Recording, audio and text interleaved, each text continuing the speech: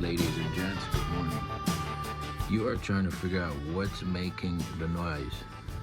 So a lot of times, before anything goes, you'll have the stabilizer bar go, right?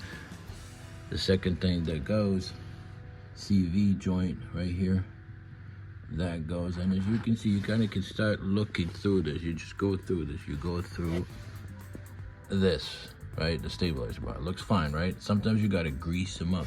Now this one you don't. I bought a new one just in case I need to replace it, right? All right.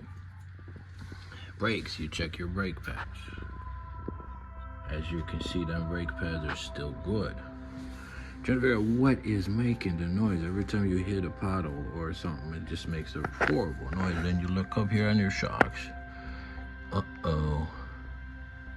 Now you can still drive it, right? You'll be driving and hearing that clicking sound, but you gotta replace your shocks. And a lot of times they're pretty easy to do, right? You got some pretty big screws here, right? Bolts, right? You got one here, one here. You wanna lift the car up, and then you got some inside, you gotta lift the hood up.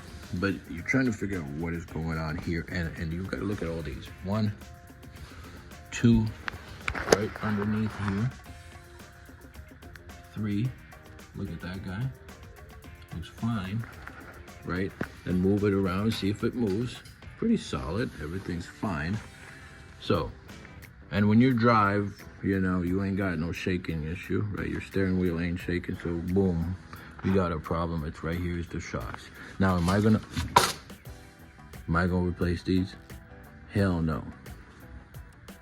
I'm gonna be driving around with that noise. I gotta put up with it. Because this is kind of a difficult job. So, if you're looking for an issue, right, it's not your brakes, it's not your stabilizer bar, not your CV, everything's fine, looks connected, no holes, right, we're looking good. All the connections are solid here.